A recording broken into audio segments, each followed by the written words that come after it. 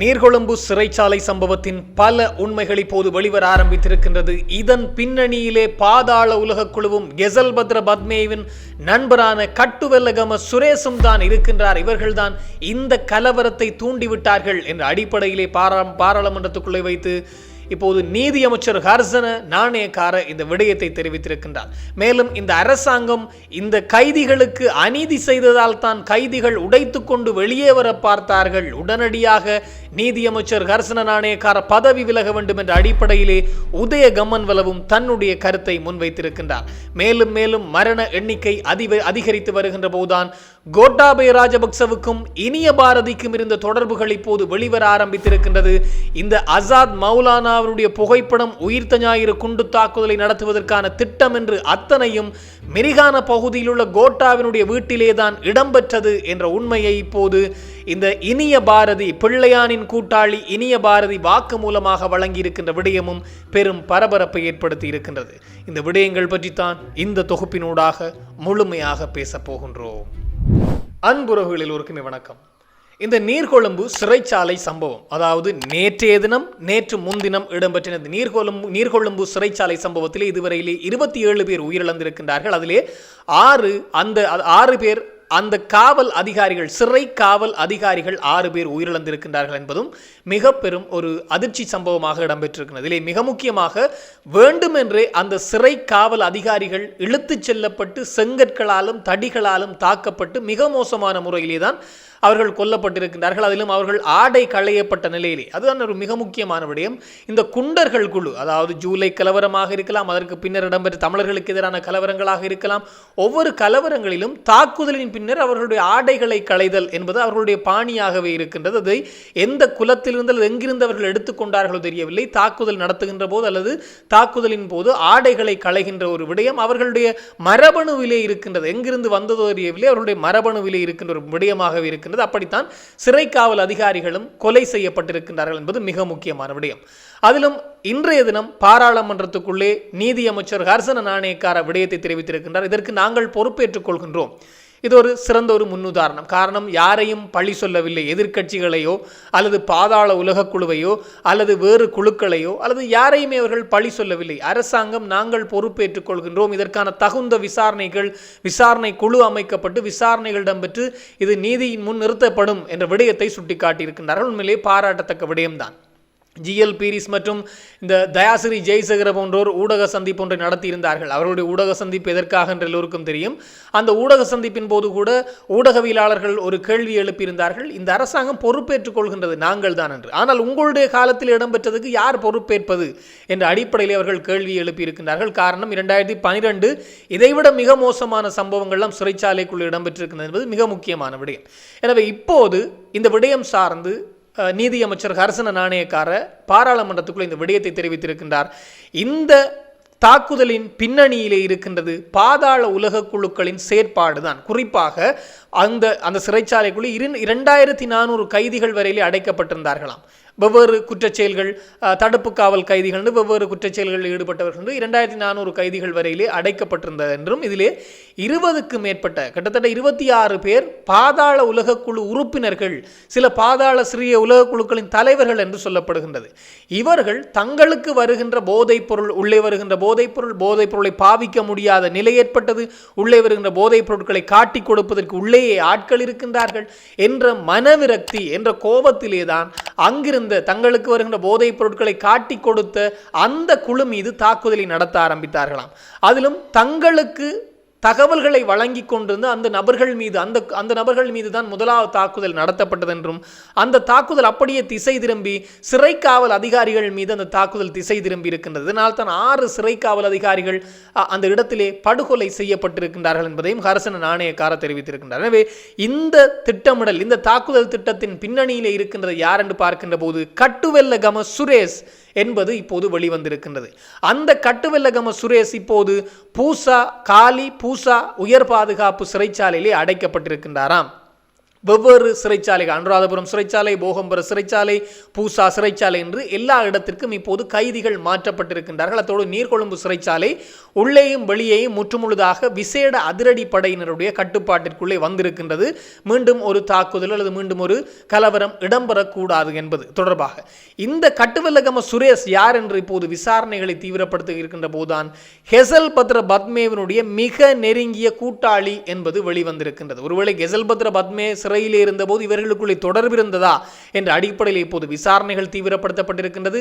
எப்படி சிறை காவலர்களுடைய துப்பாக்கி இவர்களுடைய கைக்கு சென்றது என்ற போர்வையிலும் இப்போது தீவிர விசாரணைகள் இடம்பெற்றிருக்கின்றது. இதிலே குறிப்பாக சிறை காவல் அதிகாரிகளுடைய துப்பாக்கிகளை பறிமுதல் செய்த அந்த போதைப் பொருள் கும்பல் அல்லது அந்த தாக்குதலை நடத்திய அந்த குழு சிறைச்சாலையை உடைத்து கொண்டு வெளியேறுவதற்கு சிறைச்சாலை வாசலுக்கு வந்து விட்டார்கள். அப்படி வருகின்ற போதுதான் இப்போது சமூக வலைத்தளங்களில் ஒரு அதிரடிப்படை அதிகாரியினுடைய புகைப்படங்கள் அதிகமாக பகிரப்பட்டு வருகின்றது. காரணம், அவர்தான் சிறைச்சாலை கதவை உடைப்பதற்கு முனைந்தவர்களை முன்னே துணிச்சலாக சென்று அந்த கதவினுடைய துவாரங்கள் வழியாக துப்பாக்கி சூட்டை நடத்தி எல்லோரையும் தெரித்தோட வைத்திருக்கின்றார் உள்ளே. அதன் பின்னர் தான் விசேட அதிரடிப்படையினர் உள்ளே நுழைந்திருக்கின்றார்கள். எனவே இந்த விடயம் பெரும் கவனத்தை ஈர்த்திருக்கின்றது. எப்படி அவர்களுடைய கைக்கு துப்பாக்கிகள் சென்றது என்ற போர்வையில் இப்போது விசாரணைகள் தீவிரப்படுத்தப்பட்டிருப்பதாக நீதியமைச்சர் ஹர்சன நாணயக்கார் அவர்களும் தெரிவித்திருக்கின்றார். இது ஒருபுறம் போகின்ற போது வழக்கமாக தங்களுடைய கேவலமான பாணியிலே இப்போது உதயகமன்பில தன்னுடைய கருத்தை தெரிவித்திருக்கின்றார்.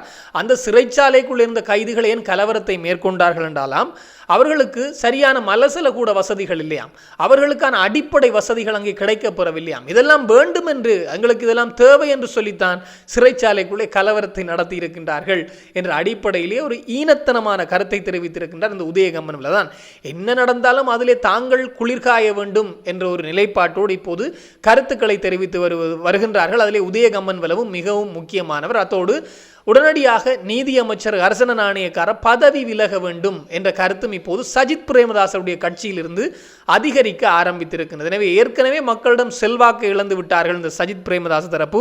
இப்படியான கருத்துக்களால், அதாவது இப்படியான ஒரு சில அவர்களுடைய நாடாளுமன்ற உறுப்பினர்களுடைய கருத்துக்களால் மீண்டும் மீண்டும் மக்களிடம் செல்வாக்கை இழக்கப் போகின்றார்கள். காரணம், இந்த நேரத்திலே அரசாங்கத்தோடு கூட நிற்க வேண்டும். காரணம், சிறைக்குள்ளே இடம்பெற்றது ஒரு கலவரம்.